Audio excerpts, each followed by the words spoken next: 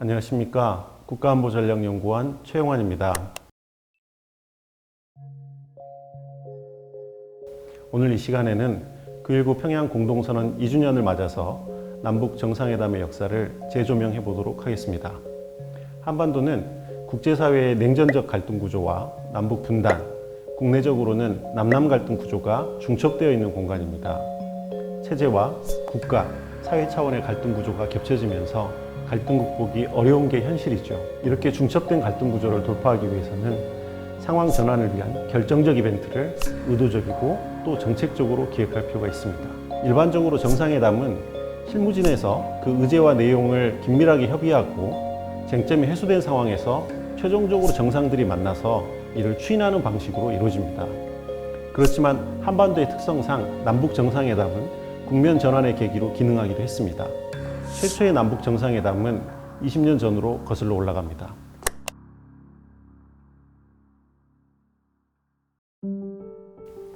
(2000년 6월) 평양공항에 대한민국 대통령 전용기가 도착합니다. 법적으로는 아직 전쟁이 끝나지 않은 상황에서 남북 정상회담은 분단 이후 최초로 두 손을 맞잡았고, 이 만남은 남북관계 패러다임이 전환되는 계기가 되었습니다. 1998년 출범한 김대중 정부는 대북 화해 협력 정책을 추진했습니다. 대외적으로도 2000년 당시는 북미 제네바 합의의 틀이 유지되고 있었죠. 6.15 공동선언의 내용 가운데 가장 쟁점이 되었던 것은 남측의 연합제안과 북측의 낮은 단계 연방제안의 공통성을 인정한 조항입니다. 동조항은 남북 통일 방안의 이견을 정치적으로 봉합한 것으로 당시 찬반 논쟁을 낳았는데요. 하지만 6.15 공동선언의 핵심은 통일 방안에 대한 합의라기보다는 통일 논의를 일시 유보하고 우선 화해 협력을 확대하자는 데 있습니다. 실제로 공동선언 이후 남북 교류 협력은 전방위적으로 확대되었고, 북한의 대외 개방성도 크게 증진되었습니다. 1차 남북 정상회담은 남북 관계에 대한 기존의 인식을 뛰어넘는 것이었고, 향후 보수 정부로 정권이 교체되었음에도 불구하고 남북 교류 협력이 대북 정책의 중요한 한 축을 구성하게 됩니다. 한편으로는 우리 사회에서 남남 갈등이 본격화되는 계기로도 작용하게 되었습니다.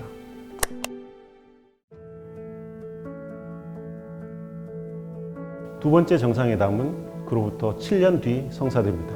노무현 정부 임기 말이던 2007년 10월, 대통령은 군사분계선을 넘어 북한 땅을 밟았고, 2차 남북 정상회담은 6자 회담의 13합의와 동시에 진행되었습니다.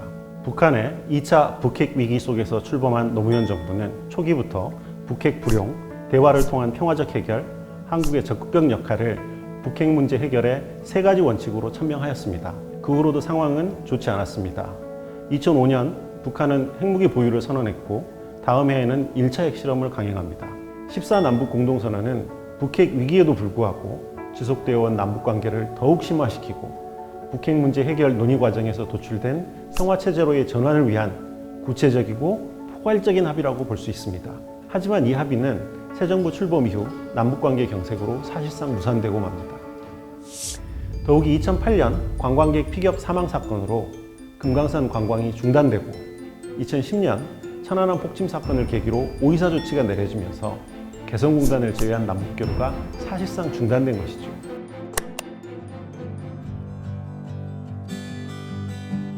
오랜 기간 꽁꽁 얼어붙어 있던 남북관계에 2018년 평창올림픽을 계기로 훈풍이 불어오기 시작합니다.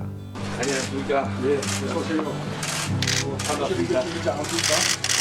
아니, 정말 마음 고생이 지지 않고요. 이 의사진님한테 만나니까 또 대통령께서 이렇게 준비선까지 나와서 맞이해주셔서 정말 감동적입니다. 농담이다. 아니, 반갑습니다. 4.27 판문점 선언은 남북한 정상이 완전한 비핵화에 합의한 첫 번째 문서입니다. 1차, 2차 남북 정상회담의 정신을 계승해서 남북관계의 발전을 꾀하고 한반도 평화체제를 수립하겠다는 의지를 반영한 것이죠. 두 정상의 만남은 김정은 위원장의 북미 정상회담 제안을 트럼프 대통령이 수락한 상황에서 진행되었고, 북중, 북미, 북러 등 한반도 주변 국가 간의 연쇄 교차 정상회담의 계기가 되었습니다. 이후 4.27 판문점 선언에서 합의한 내용은 이행되었으며, 9.19 평양 공동선언을 통해 그 의제가 확대됩니다.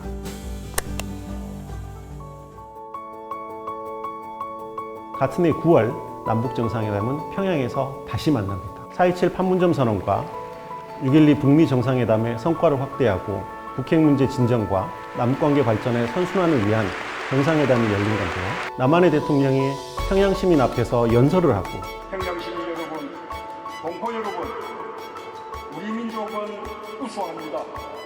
우리 민족은 강인합니다. 우리 민족은 평화를 사랑합니다. 그리고 우리 민족은 함께 살아야 합니다.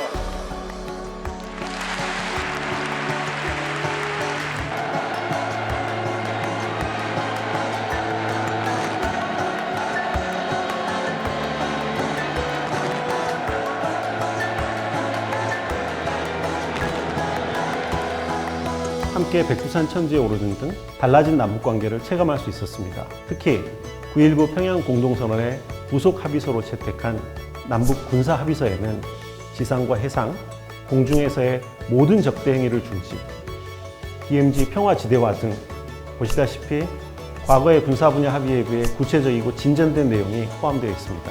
평양 공동선언은 북핵 협상 진전을 위한 몇 가지 중요한 합의를 담고 있었지만 북미 정상회담 결렬 이후 오히려 이것이 한국 정부의 부담으로 작용하고 있기도 합니다.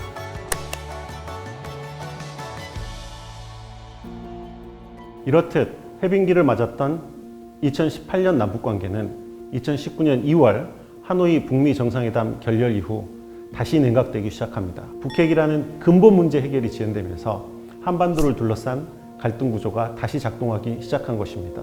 북한은 자력 갱생을 통한 제재 정면 돌파전을 선언하였고 북로 관계 강화를 통해 대미 장기전을 준비하였습니다. 미중 간 전략적 갈등 심화에 따른 이른바 신냉전 구도의 형성은 한반도 평화 프로세스 추진에 커다란 난관이 되고 있습니다. 여기에 더하여 2020년에는 코로나19가 한반도는 물론 전 세계를 충격에 몰아넣었습니다. 그렇기 때문에 더욱 위기를 기회로 전환시키기 위한 노력이 절실한 시기입니다. 대북 제재 국면에서도 할 수 있는 일은 있습니다. 보건 의료 분야에서의 협력은 남북 정상이 이미 합의한 사안이고 남북 간 군사적 긴장 완화 역시 제재와 무관한 분야입니다. 물론 남북 간에는 아직 해결해야 될 군사적인 쟁점이 남아 있습니다. 이 문제 해결의 첫 걸음은 남북 군사 공동위원회 구성과 운영입니다. 남북 군사 공동위원회는 남북 간 군사적 쟁점을 논의하고 해결하는 제도로서 남북 정상이 운영에 합의한 기구이기 때문입니다. 여러 가지 구조적 제약에도 불구하고 남북이 합의를 만들고 이를 이행하는 것은 미래의 새로운 합의를 도출하기 위해서도 매우 중요합니다. 4.27과 9.19 사이의 남북 간 정상은 판문점에서 만나 필요하다면 언제든지 격의 없이 다시 만나 소통하기로 합의한 바도 있습니다. 현재 어려운 상황 돌파를 위해 북한은 남북 군사합의 이행은 물론이고 대화를 통한 문제 해결의 길로 나서야 합니다. 우리도 남북 정상 합의 가운데 추진 가능한 것들을 우선 실천하고 중장기적으로는 남북 합의의 법제화 등을 통해 이행에 대한 신뢰를 제고할 필요가 있겠습니다. 감사합니다.